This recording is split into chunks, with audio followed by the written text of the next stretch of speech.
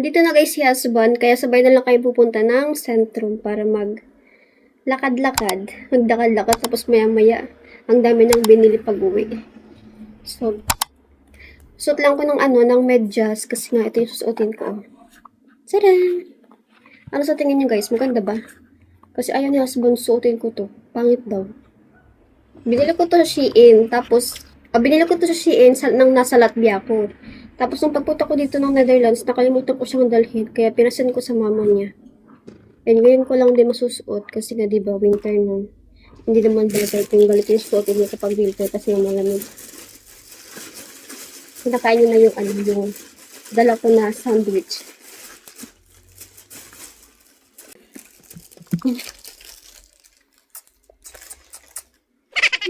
Dito na kami sa sentro. Tingnan nyo naman mga tao. Suot nila pang summer na. Look at that. Wala na nakasuot na jacket. So guys, nandito na kami sa loob ng brother. Isasaul lang namin tong mga bottle. Ang daming tao sa loob. Ayan siya.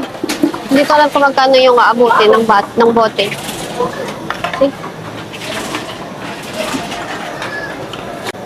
So ayan guys, umabot siya ng €5.15.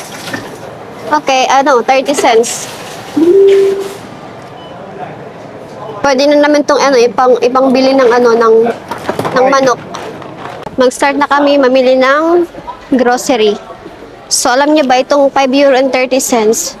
Pwede na namin tong ipangbili ng 1 kilo ng manok kasi nga €5 lang naman yung kilo ng manok dito. Kumuha lang kami ng water.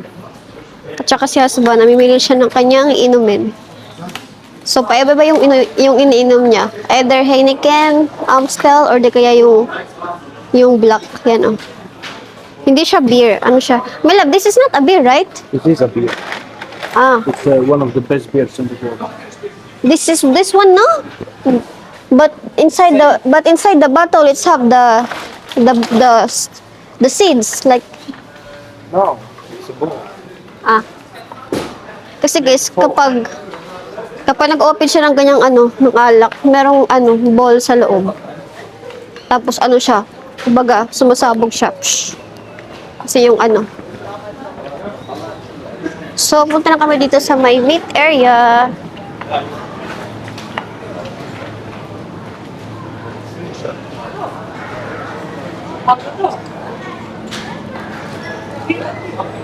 Wala na kasi kaming meat sa bahay.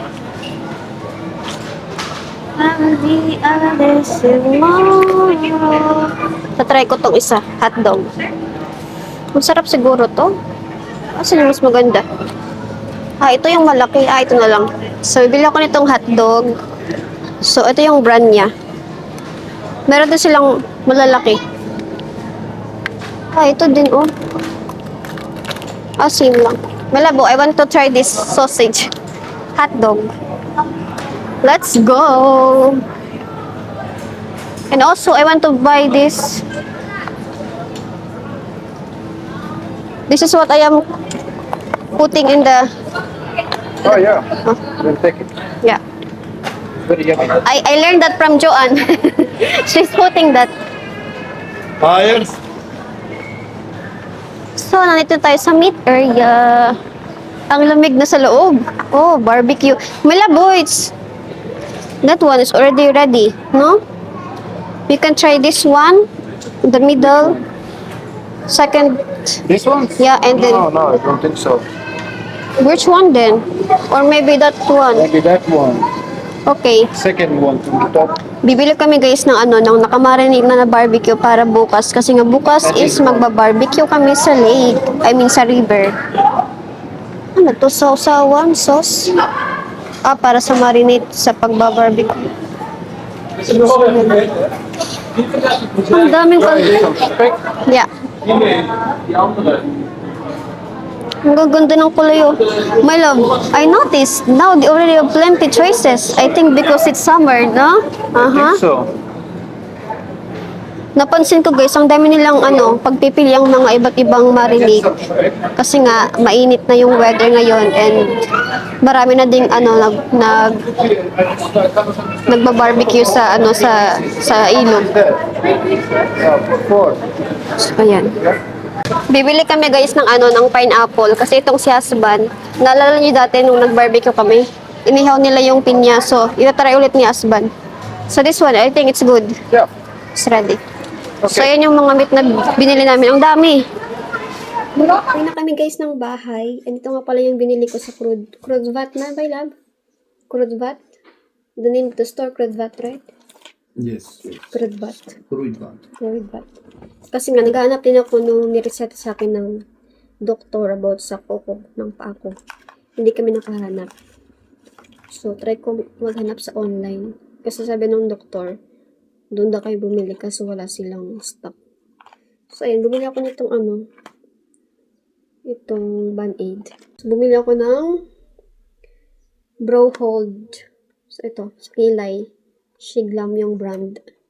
So, i-try ko kasi may nakikita kong content creator na ito yung ginagamit niya sa kilay niya. And ang ganda. And bumili din ako ng moisturizer Cetaphil. 30 ml lang. Kasi nga, hindi ako nakahanap ng same na moisturizer na ginagamit ko. So, ito. Akala ko ang mahal ng Cetaphil. Hindi naman pala siya sobrang mahal. Wala siyang amoy. First time kong gagamit nitong Cetaphil brand. At saka itong facial cleanser na Cetaphil din. So, mura din siya. Akala ko umabot siya ng 20, 30. Nabili ko lang ito ng 14 siguro. 13. So, ito. Nakabila ko ng Band-Aids dalawa kasi nga buy one take one.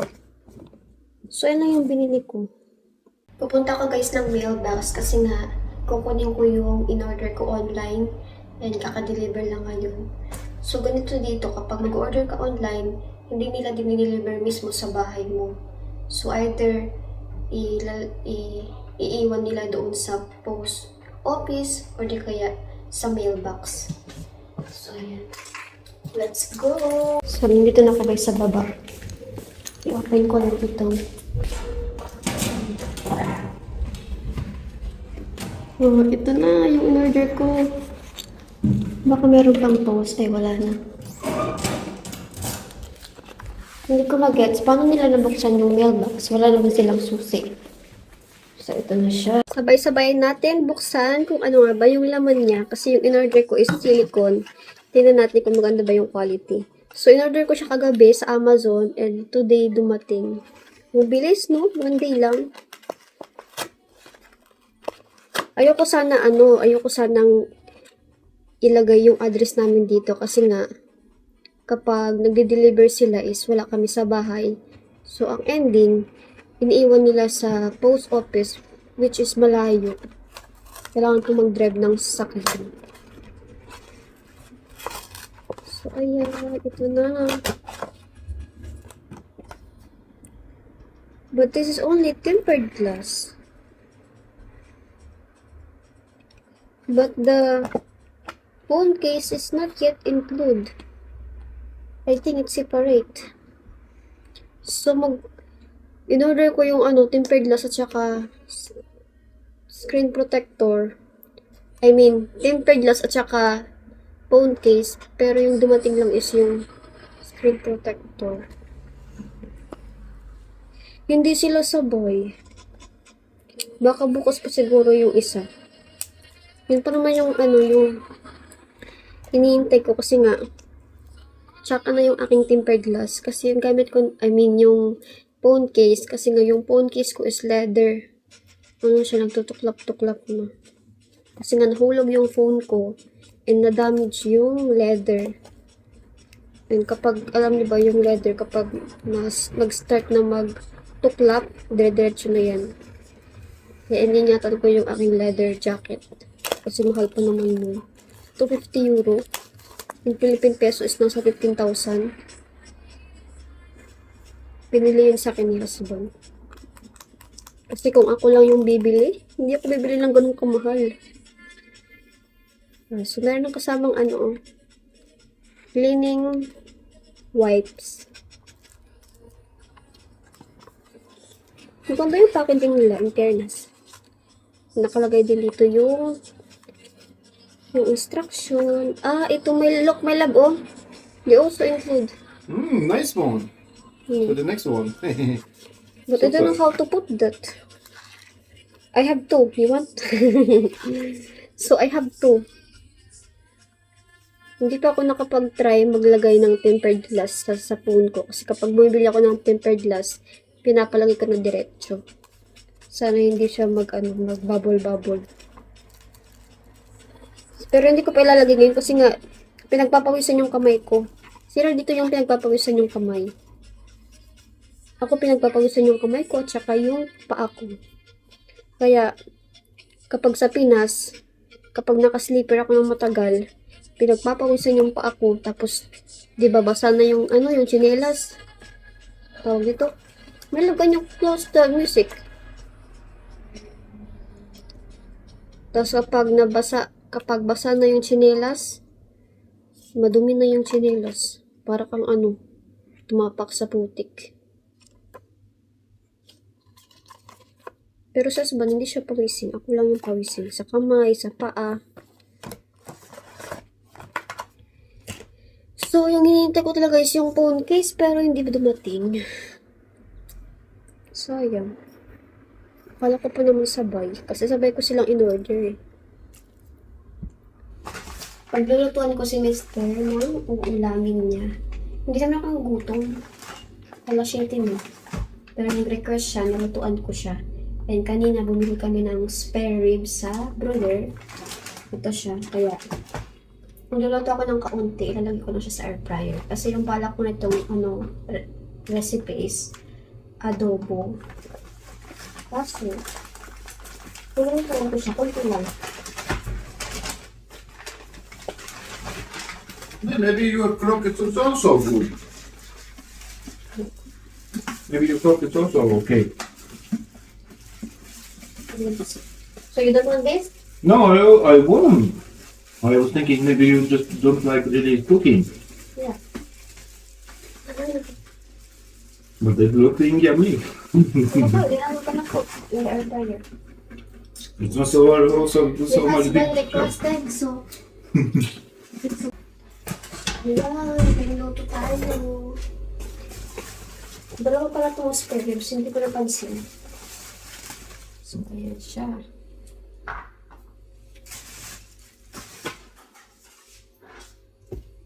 Fresh pa to kasi nga sa brother, kapag bibili ka sa brother, fresh yung mga meat nila. Kaya siguro yung mga taga Germany is bumibili sa brother.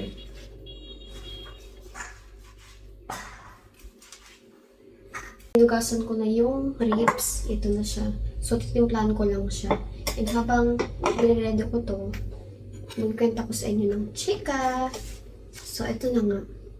Itong tito ni husband, meron talaga siyang, hindi ko magets. Parang ayaw niya talaga sa akin.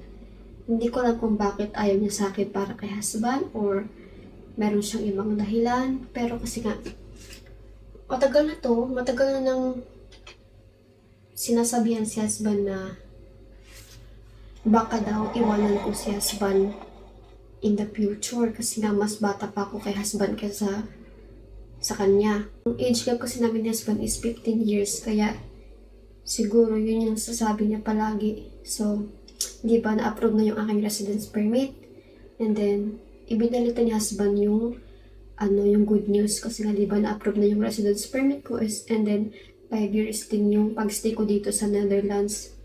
So, ayun na nga. Yung uncle niya, mag-message sa kanya.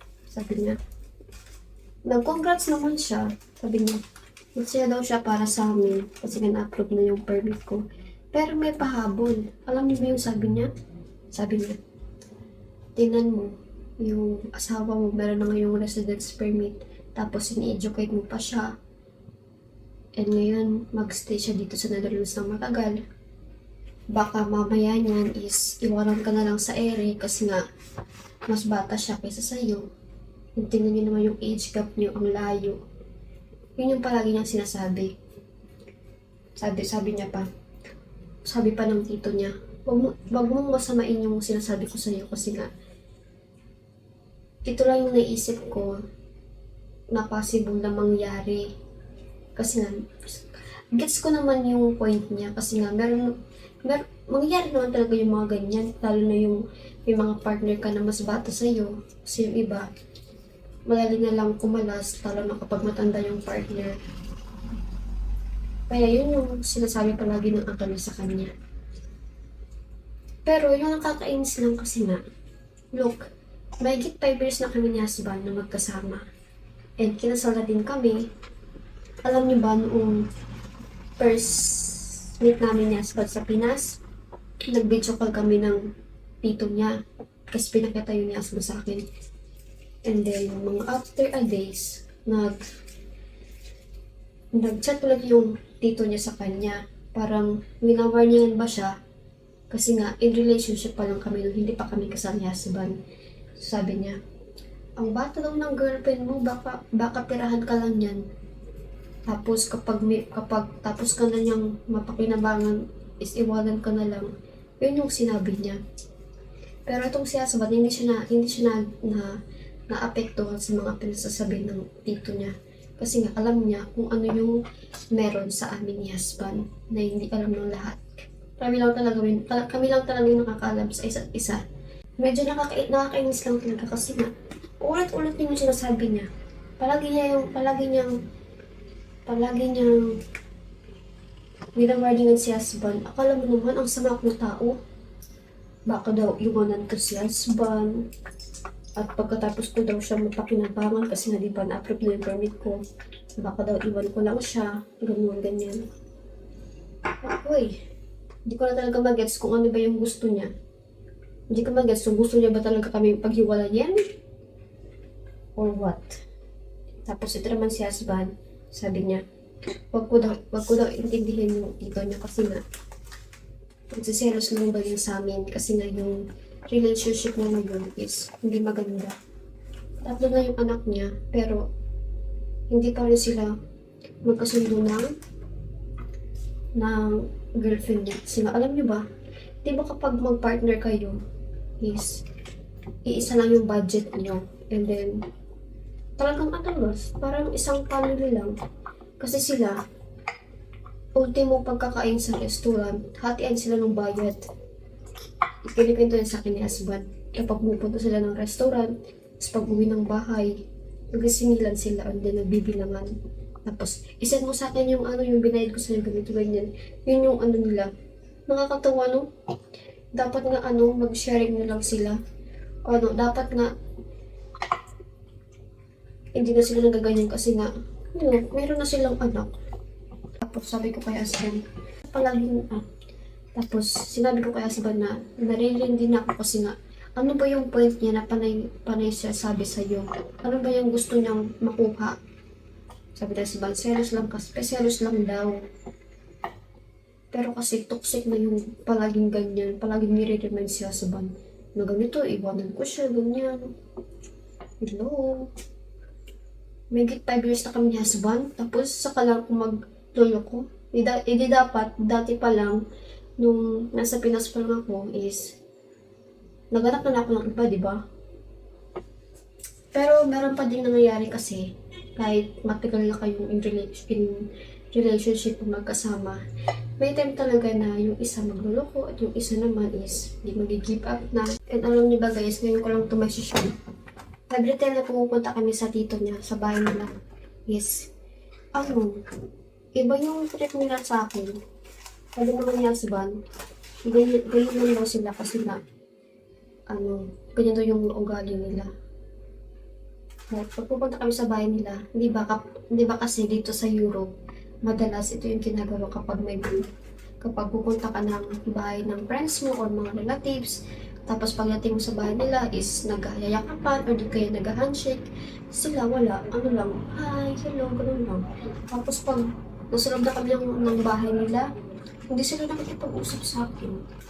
Yung tito niya kasi, hindi naman English. Tapos sabi niya pa kakausapin niya lang daw ako kapag nakapagsalita na ako ng Dutch. Ano gusto mo? Ako mag-adjust para sa'yo? Hindi ko kailangan kausapin mo ko kasi hindi na ako interested na kausapin ka. Yun yung isip-isip ko. Guys, Ang dami kong chiko sa inyo. Ito na yung ribs. Nilagay ko lang siya dito sa air fryer. Ayan.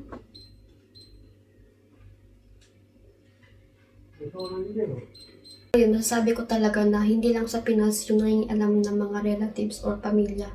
Kasi once na yung pamilya mo or yung mga relatives mo is naki-sausaw or naki-sausaw sa relationship nyo, pero talaga isang relasyon na masisira. Kasi nga may mga pakialamera, gano'n. Alam nyo ba, meron akong nakitang post. Meron, siya, Pilipina tapos foreigner. And then, yung lalaki is siya, mama's boy. Tapos, yung mama niya is parang hindi bet yung asawa niya na Pinay. So, imbis na ipagtanggol or ipaglaban yung Pinay na asawa kasi nga kasal na sila, yung pinili niya is yung parents niya. So, ayun, nakipaghiwalay siya sa Pinay kasi nga pinili niya yung nanay niya kasi nga ayaw ng nanay niya sa kanya. Alam niyo ba guys, hindi ito yung unang beses na pinapakialaman ng tito niya yung mga desisyon niya sa buhay. Kasi nga before, meron din siyang sinabi kay husband na hindi nagustuhan ni husband kaya ayun, kinatot niya sa life niya. Bilinak niya, hindi niya na kinausap. And ngayon lang din nakipag-usap si husband. Kaya ngayon, yung tito niya, parang dahan-dahan yung niya, pakikialam. Parang iniisip niya na agad kung ano magiging reaction ni husband. So for now, hindi pa naman napipikon si husband, kaya okay lang. Pero kapag too much na yung pakikialam ng tito niya, for sure, ibablock niya ulit yun. Luto na guys yung ribs, oh. So wala kami pares na rice kasi nga, kay husband lang naman to kasi nga, kailan to niya, parang pulutan. Papakin niya lang. So tikman natin. Tinikman ko to kanina. Ang sarap guys. Lasang-lasa yung lemon na nilagay ko.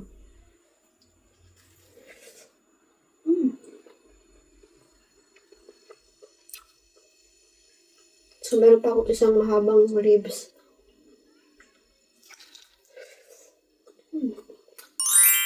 Ang sarap.